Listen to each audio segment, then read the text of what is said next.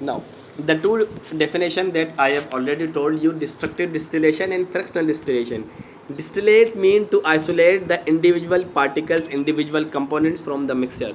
If your solid mixture is, if a mixture is solid, so we have to apply destructive distillation process. If a mixture is liquid, so we have to apply fractional distillation. And both the distillation are the separation processes. You can see in the definition, the process of decomposition of solid compounds, by heating in a solid container and collecting all the volatile constituents given off. If we are applying on the solid, the separation process is destructive, and if we are applying on the liquid mixture, so it is known as fractional distillation. Remember, when we are applying fractional distillation, so all the liquids will be removed from that mixture into the individual state by differing in their boiling point. Okay, students, fractional distillation is mainly adopted when we are going to work on petroleum or coal tar, and destructive distillation is used when we are going to work on coal. Okay, then the next definition is cracking. Cracking is basically the thermal decomposition a large molecule of alkane. It is only applicable for alkane, and after the supplying of heat, a large molecule of alkane is decomposes into smaller alkane, alkene, hydrogens. Okay, you can see in the equation we have two carbon alkane, that is ethane. You can see over there, that is ethane. When it is heated in the absence of air,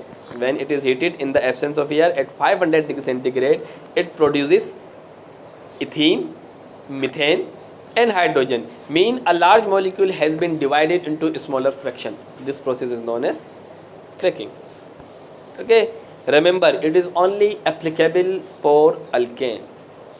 In alkane, we are going to break a large molecule of alkane into a smaller molecule, and polymerization is opposite to the cracking. In cracking, we break a molecule, and in polymerization, we combine a smaller molecule to form a large molecule. You can see the process in which two or more than two smaller molecules, which are also known as monomers, when they are combined to form a large molecule, which is known as polymer, the process is known as polymerization. Now, we have two conditions.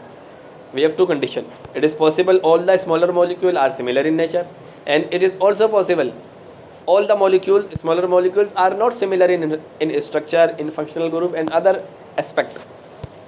If all the monomers are of same type, that type of polymerization is known as addition polymerization. You can see the example, when ethylene, n molecules of ethylene combine, they form polyethylene. It is addition polymerization because all the molecules of ethylene are similar in nature. Okay, then condensation polymerization. Condensation polymerization is basically a type of polymer in which the smaller molecules are not of similar type. At least two types of molecules will be used. You can see in this equation what is going over here. In this equation, a formaldehyde molecule is going to combine with two phenol molecules.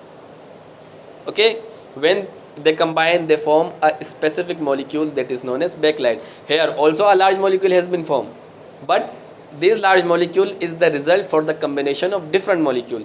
If different molecules are going to combine to form a large molecule, it is known as condensation polymerization. Okay, then catenation. Catenation is basically a specific property that is found in carbon. Due to this property, carbon is bonded with other carbon atom by means of covalent bond and form a long chain. The formation of long chain of carbon is basically the process of catenation.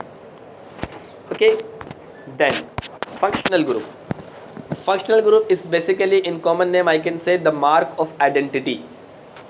There are so many organic compounds, but all the organic compounds can be identified as its own. How? Because in every organic compound there is something. It may be atom, it may be group of atom, it may be bond, single, double, triple, it may be bond, that is truly responsible for the identification of that organic compound. That mark of identity is basically known as functional group. Is functional group. I wrote some example. Alkane's functional group is single bond. For alkene, it is double bond. For alkyl halide, it is halogen. And for alcohol, it is OH. It is basically mark of identity. Okay, students.